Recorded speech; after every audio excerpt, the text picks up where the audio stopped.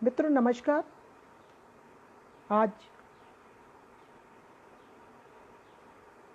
Corona crisis या lockdown का 54वां दिन है और मैं भारत की कीमत पर इंडिया का श्रृंगार विषय पर आप सबसे संवाद करने के लिए आई हूँ। मुझे लगता है कि इस विषय पर ज़रूर हम सबको और आपको चर्चा करनी चाहिए। मित्रों, आप स्वस्थ होंगे, प्रसन्न होंगे, लॉकडाउन के नियमों का पालन कर रहे होंगे, अपने घर में होंगे और केंद्र और राज्य सरकार और जिला प्रशासन के निर्देशों का भी पालन कर रहे होंगे, ऐसी मैं उम्मीद करती हूँ। आशा करती हूँ कि आप स्वस्थ होंगे और प्रसन्नचित्त होंगे। मित्रों, आज के दिन भारत में कोरोना पीड़ितों की संख्या 90,000 से भी ज़्यादा ऊपर निकल चुकी है। हम पूरी दुनिया के चौथे नंबर के देश हो चुके हैं जहां पर सबसे ज़्यादा एक्टिव केस आज दिनांक में है। हमारे लिए ये बहुत परेशानी का सबब है, एक मुसीबत की घंटी है जिससे हमें सबको मिलकर पार उतरने की कोशिश करनी होगी। हमारे देश की सरकार कोशिशें कर रही है, लेकिन प्रवासी मजदूरों की परेशानी और उनकी तकलीफ़ें देखकर आपकी और हमारी आंखें भर आती हैं। जब उनको हम रेल की पटरियों में कटते देखते हैं, जेठ की तपती दोपहरी में चलते देखते हैं, छोटे छोटे बच्चों के पास चप्पल नहीं होती, भूख से बिलबिलाते रहते हैं, सड़कों में लाखों लाख लोग निकले हुए हैं। जितने भी बाईपास में आप चले जाइए तो ट्राला, ट्रक, टेम्पो, ऑटो जो भी निकलेगा उसमें भारी मात्रा में मजदूर भरे रहते हैं। तो हमारी पूरी देश की संवेदना इनके साथ है और हमारी आपकी सबकी कोशिश होनी चाहिए कि इनको भोजन मिले, यदि इनके पैरों में चप्पल नहीं है तो इनको चप्पल मिले और ये अपने घर जाना चाहें तो घर चले जाएं। लेकिन वास्तव में ऐसा हो नहीं पा रहा है। आपने देखा होगा कि ये जब निकलते हैं, कई राज्य सरकारों के जो बॉर्डर्स हैं, आज रीवा के चाकघाट में पुलिस को लाठीचार्ज करना पड़ा क्योंकि उत्तर प्रदेश की सरकार कह रही थी कि हम इनको लेंगे ही नहीं। वहाँ से वो कुछ गाड़ियाँ भेज रहे हैं, लेकिन इनकी संख्या इतनी ज़्यादा मात्रा में है कि वो मैनेज करना बहुत मुश्किल होता चला जा रहा है। ये अहमदाबाद से, सूरत से, बम्बई से, दिल्ली से, और मुझे दुख के साथ कहना पड़ रहा है कि जो बीमारू राज्य हैं, बिहार, उत्तर प्रदेश, मध्य प्रदेश, इनके जो माइग्रेंट्स लेबर हैं, प्रवासी मजदूर हैं, वो ज़्यादा मात्रा में आ रहे हैं क्योंकि ये ज़्यादा मात्रा में बाहर थे और ये काम कर रहे हैं। सरकार ने, भारत सरकार से हमें उम्मीद थी कि वो प्रवासी मजदूरों के लिए कुछ करेगी। राहुल गांधी जी बार बार कह रहे थे कि न्याय योजना के तहत 7500 रुपया इनके खाते में डाला जाए। जब तक इनकी जेबों में पैसे नहीं होंगे तब तक मुसीबतें बढ़ती ही जाएंगी। असुरक्षा का जो भाव है वो बहुत तीव्रतम हो चला है और जिसके कारण ये अपना घर द्वार, अपनी गृहस्थी छोड़कर सिर्फ अपने बच्चों को लेकर और रोटी लेकर ये चल दिए हैं। आपने औरैया में, औरंगाबाद में और औरैया का एक्सीडेंट तो देखा ही होगा। लगभग 400 लोगों की दुर्घटना में मृत्यु हो चुकी है। कुछ अपाहिज विकलांग अस्पतालों में पड़े हैं और ज़्यादातर की मृत्यु हो चुकी है।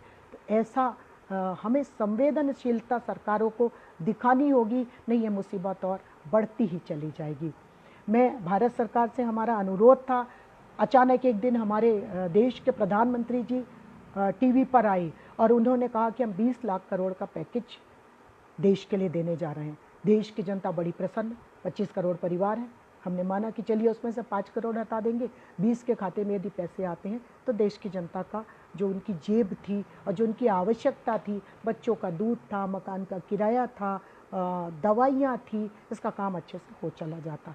लेकिन उन्होंने कहा त्याग, तपस्या, संयम, नियम, आत्मनिर्भरता और तमाम बड़े बड़े संकल्प शक्ति ऐसा लग रहा है कि जो मजदूर पैदल चले आ रहे हैं उनके काम आएगी कि इसी संकल्प शक्ति के आधार से, इसी से ये अपने आत्मनिर्भर होकर ये घर तक चले आएंगी। इनकी जेबों में यदि पैसा नहीं डाला जाए तो संकल्प शक्ति के कारण ये इस मुसीबत से बिल्कुल पार नहीं उतरेंगे। ये हमारे देश के हुक्मरानों को समझना होगा। आपने देखा ही होगा कि लगातार अनवरत इनके कोशिशें हैं कि गाड़ियाँ आएँ, बस आएँ। सोनिया जी ने कहा कि हम पैसे देंगे, ट्रेन चलाओ। यदि राज्य परिवहन डिपो की गाड़ियाँ, बसेस हज़ारों की तादाद में डिपोज़ में खड़ी हैं, तो हमारी सरकार किसका इंतज़ार कर रही है कि कहो। यदि भारतीय रेल यदि एक दिन में 2 करोड़ जनता को एक जगह से दूसरी जगह पहुंचा देने में सक्षम है, तो वो आखिर कम करके क्या साबित करना चाहते हैं, क्या सिद्ध करना चाहते हैं। यदि हमारी रेलें काम कर रही हैं, तो फिर ये सड़कों पे जो लाखों लाख की तादाद में हैं, ये कौन लोग हैं? क्या इनको खुशी लग रही है, ये प्रसन्न है कि हम पैदल जाएं? तो सरकार को और ज़्यादा संवेदनशील होना पड़ेगा। 20,000 करोड़ के 20 लाख करोड़ के जब पैकेज की बात आई, तो ऐसा लगा कि सबके जेबों में पैसे होंगे और लोग खुशहाल होंगे, प्रसन्न होंगे। लेकिन निर्मला सीतारमण जी लगातार 4 दिन से टीवी में आती रहीं और हम लोग लगातार इनकी बात सुनते रहे। समझ में नहीं आता कि ये आती हैं, खूब अंग्रेज़ी बोलती हैं। भारत का आधे से ज़्यादा नागरिक आधा अंग्रेज़ी समझता ही नहीं है, उसके सिर के ऊपर के हिस्से से अंग्रेज़ी निकल चली जाती है। बिहारी, उत्तर प्रदेश, मध्य प्रदेश, इन्हीं राज्यों के सबसे ज़्यादा माइग्रेंट्स हैं। इनके लिए आखिर आपके पैकेज में क्या है? आपने क्या लोन मेला खोला है? इनका पूरा का पूरा भाषण ऐसा लगता है कि ये लोन दे रहे हैं। इनका कहना है कि हम 50 लाख लोगों को 10-10 हज़ार का लोन देंगे और बाद में ये चुकाते रहें।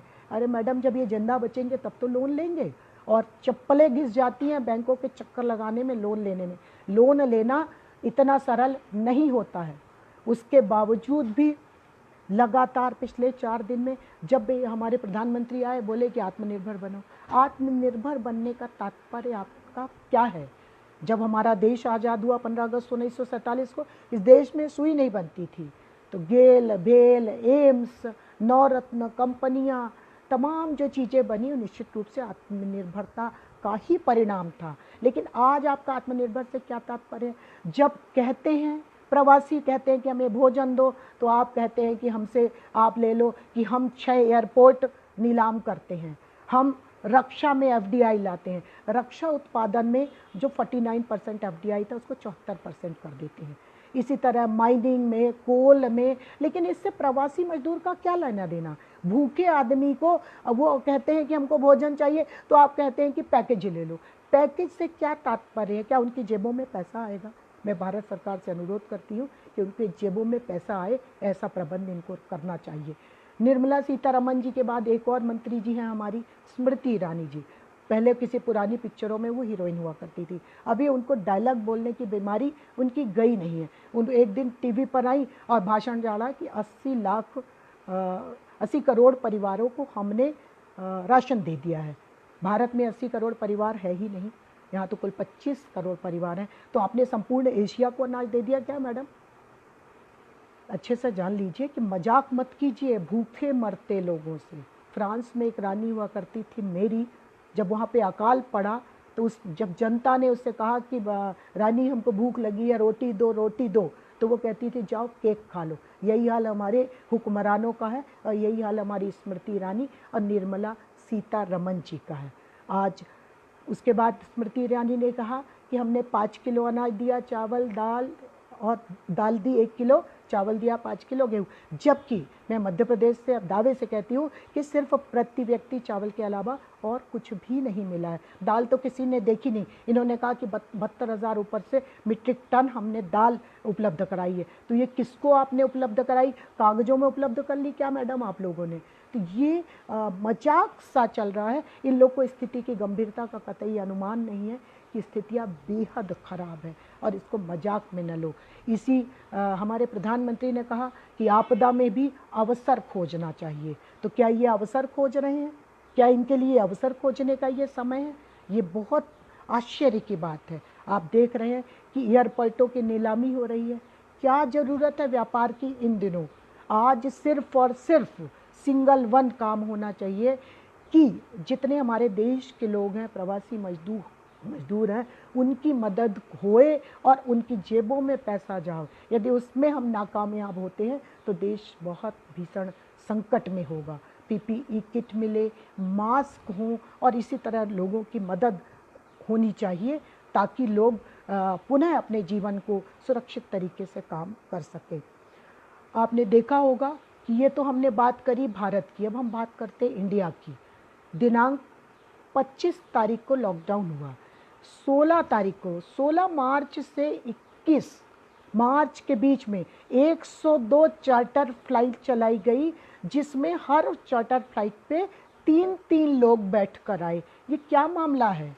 ये क्या मामला है? आपने अपने लोगों को, देश के सुपर रिच लोगों को 102 चार्टर फ्लाइट से देश के अंदर ले लिया। तो आपने एक तरीके से उनको इंडिकेट कर दिया कि हम लॉकडाउन करने वाले हैं। तो ये तो हो गया इंडिया। लेकिन आपने हमारे पूरे मध्य प्रदेश, पूरे देश के बच्चे कोटा में पढ़ते हैं, वो फंसे रह गए। इंदौर में लाखों बच्चे पढ़ते हैं, एजुकेशन हब है, उनको आपने इंडिकेट नहीं किया। लेकिन सुपर रिच के लिए आपके पास इतना प्रावधान था कि 102 फ्लाइट चलाई गई, एक एक फ्लाइट में सिर्फ 3-3 लोग थे, और वो 16 से 21 के बीच में भारत में, इंडिया में आ गए। तो आज इंडिया और भारत के बीच में जो डिफरेंसेस क्रिएट हुए हैं वो बहुत दुखदाई होंगे। इसी बीच हमारी भारत सरकार, राज्य सरकारें श्रम कानून में इन्होंने अचानक से परिवर्तन कर दिया। श्रम कानून मजदूर को ताकतवर बनाता था, और देश में जैसे बीएमएसबी है, भारतीय मजदूर संघ है, इंटक है, एटक है, और सभी पार्टियों के मजदूर संगठन हैं जो काम करते हैं, मजदूरों की बात करते हैं। तो मजदूरों के हकों को 1000 दिन के लिए फ्रीज कर दिया गया, उनको रोक दिया गया कि मजदूर को किसी प्रकार का कोई अधिकार नहीं मिलेगा। तो ये काला कानून है, और मैं केंद्र सरकार से और राज्य सरकारों से और मध्य प्रदेश की सरकार से अनुरोध करती हूँ कि जो श्रम कानूनों को आपने फ्रीज किया है, 1000 दिन तक इसको रोका है, उसको वापस, श्रम जो भी उनके अधिकार हक हैं उसको वापस दिया जाए, नहीं तो मजदूर बहुत दुखी होगा, परेशान होगा। आरोग्य सेतु की मैं बात करूं, आरोग्य सेतु के तहत हमारी भारत सरकार कहती है, आज ही आपने दैनिक भास्कर यदि आपने सबने पढ़ा होगा तो निश्चित रूप से उसमें पढ़ा होगा कि आरोग्य सेतु के नाम पर मोबाइल यूजर्स साइबर अटैक के शिकार हो रहे हैं। Cyber security agency CERT In computer emergency response team of India ने चेतावनी दी है कि आरोग्य सेतु के नाम पर कोरोना से जुड़े मैसेज या मेल भेजकर यूजर्स के डाटा बैंक खातों को शिकार बना रहे हैं। तो भारत देश के लगभग 10 करोड़ लोगों ने आरोग्य सेतु डाउनलोड किया है, तो वो सावधान हो जाएं, क्योंकि भारत सरकार खुद ही आगाह कर रही है। संवेदनहीन सरकार की पराकाष्ठा यह है मित्रों कि टोल टैक्स, जब तक संपूर्ण लॉकडाउन था, एक साइकिल नहीं चलती थी, तब टोल टैक्स, टोल नाके बंद थे। इन्होंने कहा कि अभी टोल की ज़रूरत नहीं है, और जैसे ही संपूर्ण लॉकडाउन ख़त्म हुआ, प्रवासी मजदूर अपने घरों को जाने लगे, गाड़ियाँ जाने लगी, बसेस जाने लगी, तो ऐसे इन्होंने तुरंत टोल टैक्स लगाना शुरू कर दिया। तो मेरा सरकार से अनुरोध है, भारत सरकार से अनुरोध है कि तुरंत टोल नाकों में जो वसूली का अभियान चल रहा है उसको बंद कर दिया जाए, क्योंकि विगत 54 दिन हो गए हैं किसी आदमी ने एक पाई नहीं कमाई है। देश का बहुसंख्यक आदमी के जेब में पैसे नहीं है, चाहे वो रेहड़ी हो, मजदूर हो, खोमचा वाला हो, पत्रकार हो, कलाकार हो, संगीतकार हो, को आम आदमी हो, मध्यम वर्ग हो, दैनिक वेतन भोगी हो, उसकी जेब में विगत 54 दिन में एक पाई नहीं आया है, तो कहाँ से ला के देगा? और जबकि उसका पूरा का पूरा परिवार यहाँ वहाँ फंसा हुआ है। मित्रों, हमने तो अपनी बहुत सारी बातें कही और आपके कुछ सवाल आ रहे हैं। कुंज बिहारी जी ने कहा है कि कल चाकघाट पे मजदूरों के साथ जो कृत्य किया गया उसकी जितनी निंदा की जाए कम है। जो लोग हम लोगों के साथ सुबह भोजन लेकर गए, बॉर्डर बंद था। कुंज बिहारी जी, मैं आपके जज्बे को सलाम करती हूँ। आप और आपकी टीम ने चाकघाट में लगभग 10,000 लोग फंसे थे, आपने उनको भोजन कराया, मुझे जानकारी है। भारत सरकार कहती है कि देश के कोने में कहीं पे भी यदि लोग हों तो उनके कलेक्टर का और जिला प्रशासन के पर निर्देश है कि उनको भोजन कराया जाए। लेकिन दुख की बात है कि किसी भी राज्य के बॉर्डर पर प्रवासी मजदूरों का कोई प्रबंध नहीं हो रहा है। आम जनता अपने स्तर से भोजन करा रही है। आप अपनी टीम के साथ काम करते रहिए, और नर सेवा ही नारायण सेवा है, इसलिए इनकी मदद करिए, क्योंकि ये दुखी, पीड़ित और परेशान है। चेतन रॉक कह रहे हैं कि प्रवासी मजदूरों पर हुआ लाठीचार्ज, भूखे प्यासी प्रवासी मजदूरों ने अपनी गुहार लगाने एमपी यूपी सीमा चाकघाट पर लगा दिया जाम। हाँ चेतन जी, जानकारी है, इसकी जितनी निंदा की जाए उतना कम है। ये दुख की बात है। इस दुख के समय, परेशानी के समय छोटे छोटे बच्चे लेकर जो लोग हैं उनके ऊपर लाठी चार्ज करना निंदनीय कृत्य है। मैं इसकी निंदा करती हूँ। और भारत सरकार, मध्य प्रदेश की सरकार सबसे अनुरोध करती हूँ कि आप प्लीज़ ऐसा मत करिए। उनको भोजन उपलब्ध कराइए, उनके बच्चों को दूध उपलब्ध कराइए और कोशिश कीजिए कि ऐसे निरंकुश शासक, योगी जी ने कहा कि हम अपने प्रदेश में बॉर्डर में बिना गाड़ी के घुसने नहीं देंगे। आपने गाड़ियों के इंतजाम किए नहीं हैं और घुसने, वो कह रहे हैं मैं पैदल चले जाने, आपको पैदल जाने से भी आपत्ति है, तो ऐसा मत कीजिए। उनको जाने दीजिए, अपने घर जाना चाहते हैं, व्यवस्था कीजिए, भोजन कराइए।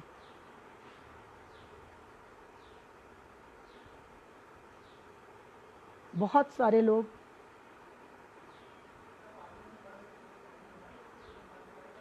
कुछ लोगों ने कहा जहां राजा व्यापारी है वहां की प्रजा भूखी मरती है। एक्चुअली आपका तात्पर्य मैं समझ पा रही हूँ। इस लॉकडाउन के टाइम ही सरकार ने 68,00,000 करोड़ अपने व्यापारी मित्रों का विलपुल खाते में डाला। कुछ लोगों ने कहा कि विलपुल खाता कर्जा माफ़ नहीं होता है। हाँ मुझे मालूम है माफ़ नहीं होता, लेकिन बैंक बट्टे खाते में इसको डालना कहते हैं और बैंक उसके बाद अपने रजिस्टर से उसको नाम बाहर कर देता है और उसके बाद उसकी वसूली लगभग असंभव हो जाती है। तो इसलिए ऐसे व्यापारी मित्रों की मदद की जो कोशिश है वो नहीं करना चाहिए। इस टाइम कोशिश इस बात की होनी चाहिए कि हम जितने लोग आएँ उनकी हम मदद करें और ज़्यादा से ज़्यादा मदद करें ताकि ये प्रवासी मजदूर अपने घरों पर पहुंच सकें।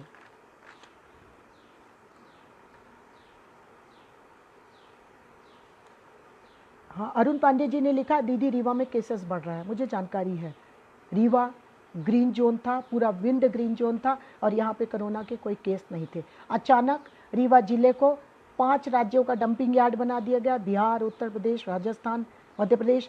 पहले रीवा के बीच शहर में मारतंड स्कूल में लाया जाता है और उसके बाद वहाँ पर हज़ारों की तादाद में मजदूर होते हैं और फिर उनको धीरे धीरे करके शिफ्ट किया जाता है। मेरा जिला प्रशासन से, मध्य प्रदेश सरकार से अनुरोध है कि इनको आप बाहर शहर के रोकिए और उसके बाद उनकी बसेस से उनको भोजन कराइए, क्वारंटाइन कराइए और उनको फिर वहाँ से वापस भेजिए। लेकिन बीच शहर में लाएंगे तो जो हमारा ग्रीन जोन है वह भी रेड जोन में कन्वर्ट हो जाएगा और सरकार के लिए एक बड़ी मुश्किल होगी। इसमें एक अजीत जी लिख रहे हैं कि सिर्फ थर्मल स्क्रीनिंग पर्याप्त नहीं, पंचायतें प्रवासियों की कोरोना जांच अनिवार्य है, साथ ही क्वारंटाइन की व्यवस्था ठीक नहीं है। निश्चित रूप से सरकार को इस बात का चिंतन करना होगा, मनन करना होगा कि जब क्वारंटाइन सेंटर अच्छे नहीं होंगे, कई क्वारंटाइन सेंटर मैंने देखे हैं कि वहाँ पे डॉक्टर्स नहीं है, एक आध स्वीपर लगा के और ताला बंद कर दिया है। तो जब क्वारंटाइन सेंटर शहर के जो बड़े होटल हैं उसको ले लिया जाए, अधिकृत किया जाए और उनको क्वारंटाइन सेंटर बनाया जाए ताकि लोग वहाँ बेहतर महसूस करें। क्योंकि रीवा में जितने भी केस आ रहे हैं मध्य प्रदेश में वो सिम्प्टोमाइज है, तो वो ज़्यादा बीमार होते नहीं हैं, तो उनको क्वारंटाइन यदि आप ठीक से नहीं करते हो, ग्रामीण क्षेत्र में जो बाहर से आ रहे हैं, महानगरों से आ रहे हैं, उनको यदि व्यवस्थित तरीके से हम नहीं रोकेंगे तो फिर वो यहाँ वहाँ भग जाएंगे और वो प्रशासन के लिए एक बहुत बड़ी मुसीबत होगी। हमारे अतुल भाई कह रहे हैं कि रीवा में कोविड का अस्पताल जो संजय गांधी अस्पताल है उसको बनाया गया है।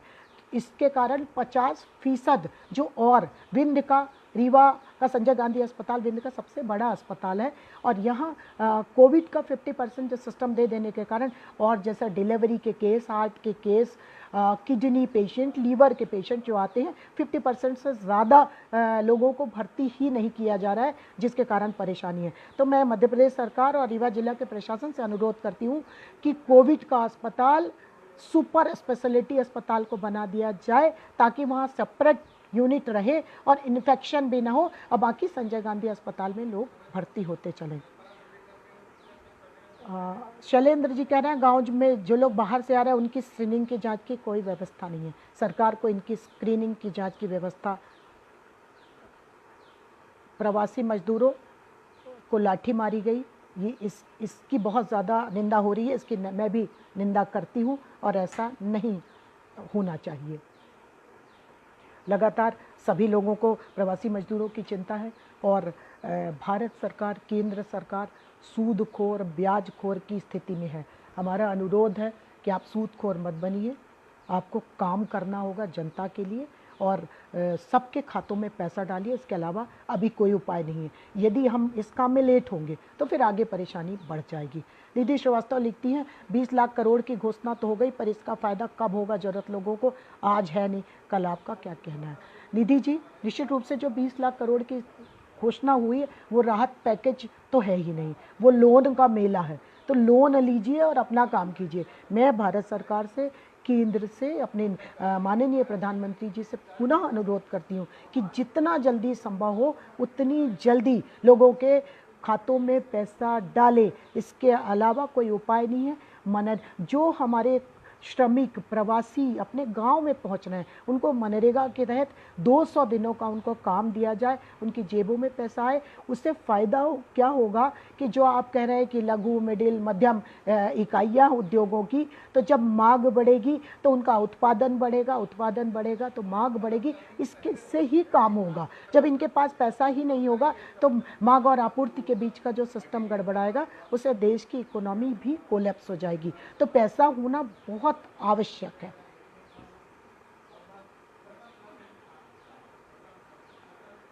संजय लिखते हैं मध्य प्रदेश बीजेपी की सत्ता भूख ने कोरोना को की बलि चढ़ा दिया है देश को। निश्चित रूप से यदि मध्य प्रदेश की सत्ता की भूख ना होती शिवराज सिंह जी को तो ये जो लॉकडाउन है थोड़ा पहले हो जाता। यह राजरोग है। दुनिया के जो विदेशों से जो लोग आए, यदि हमारे देश के एयरपोर्ट में से जो लोग आए, 12 फरवरी को राहुल गांधी जी ने ट्वीट किया कि कोरोना मुश्किल डाल रहा है और मुश्किल में हमारा देश आएगा।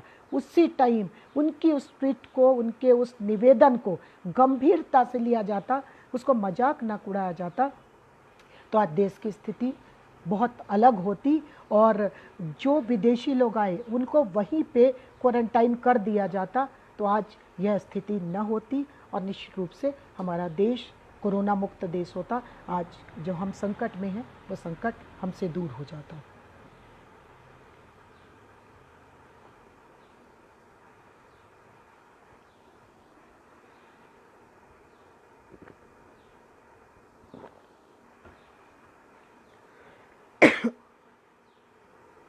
मित्रों,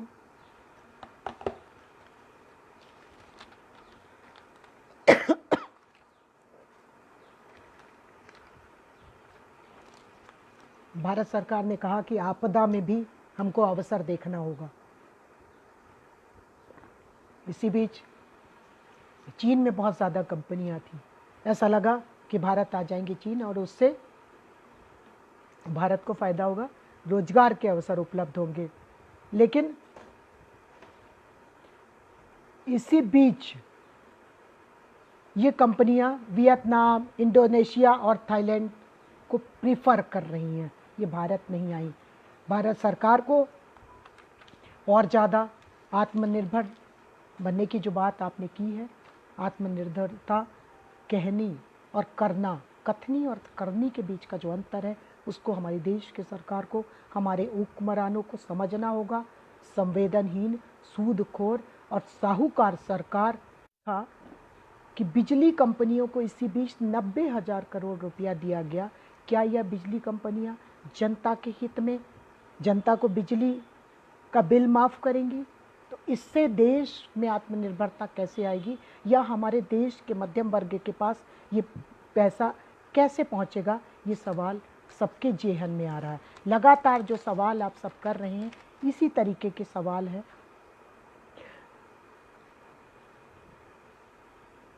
भारत सरकार ने कहा कि ये देश के लिए राहत का पैकेज है, लेकिन मैं इस पैकेज को राहत का पैकेज बिल्कुल भी नहीं मानती हूँ, क्योंकि इसमें राहत तो कहीं थी ही नहीं।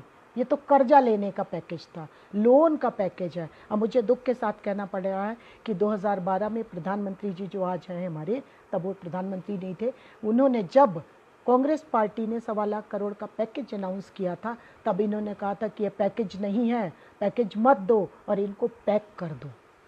जब आज आप पैकेज देते हो, उस पैकेज में एक आना किसी की जेब में नहीं गया। भूखी मरती जनता और हुक्मरान अपने आप को शहंशाह साबित करने की कोशिश कर रहे हैं।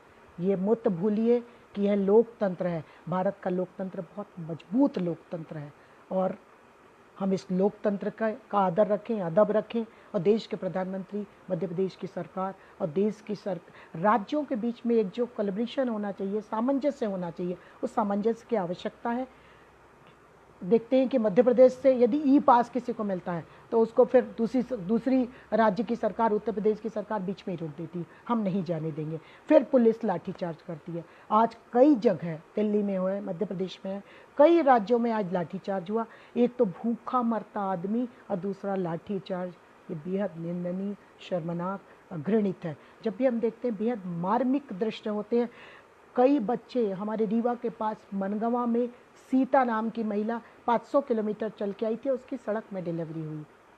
सोचिए, एक आदमी ने उसको देखा कि जब वो प्रसव पीड़ा से परेशान थी तो एक आदमी ने उसको साड़ी चारों तरफ से लगाई और उसकी बेटी पैदा हुई। फिर पुलिस वालों और प्रशासन ने मिलकर घर पहुंचाया। तो ऐसे सैकड़ों उदाहरण जहाँ सड़कों में बच्चे पैदा हुए हैं। तो ये संवेदनहीनता की पराकाष्ठा है। मैं पुनः भारत सरकार से, अपने देश के प्रधानमंत्री से निवेदन करती हूँ, अनुरोध करती हूँ कि राहुल गांधी जी द्वारा कहे गए 7500 रुपये यदि आप सबके खाते में डालते हैं तो निस्संदेह ये कोई बड़ी रकम नहीं होगी और इससे हमारे देश का जो आम आदमी है, भारत के आम आदमी को सुविधा होगी। यदि आप इंडिया के सुपर रिच आदमी के लिए 102 चार्टर्ड फ्लाइट भेज सकते हैं, हमारे देश की फाइनेंशियल कैपेसिटी मित्रों के लिए इतनी है, तो ये गरीबों ने क्या पाप किया है। मेरा पुनः अनुरोध है, हम निश्चित रूप से, हमारा भारत बहुत सामर्थ्यशाली। आप घर पे रहिए, आयुर्वेद में का काढ़ा पीजिए, देश की सेवा कीजिए, लॉकडाउन का पालन करिए, सुरक्षित रहिए, सेफ रहिए। धन्यवाद। जय हिंद, जय भारत।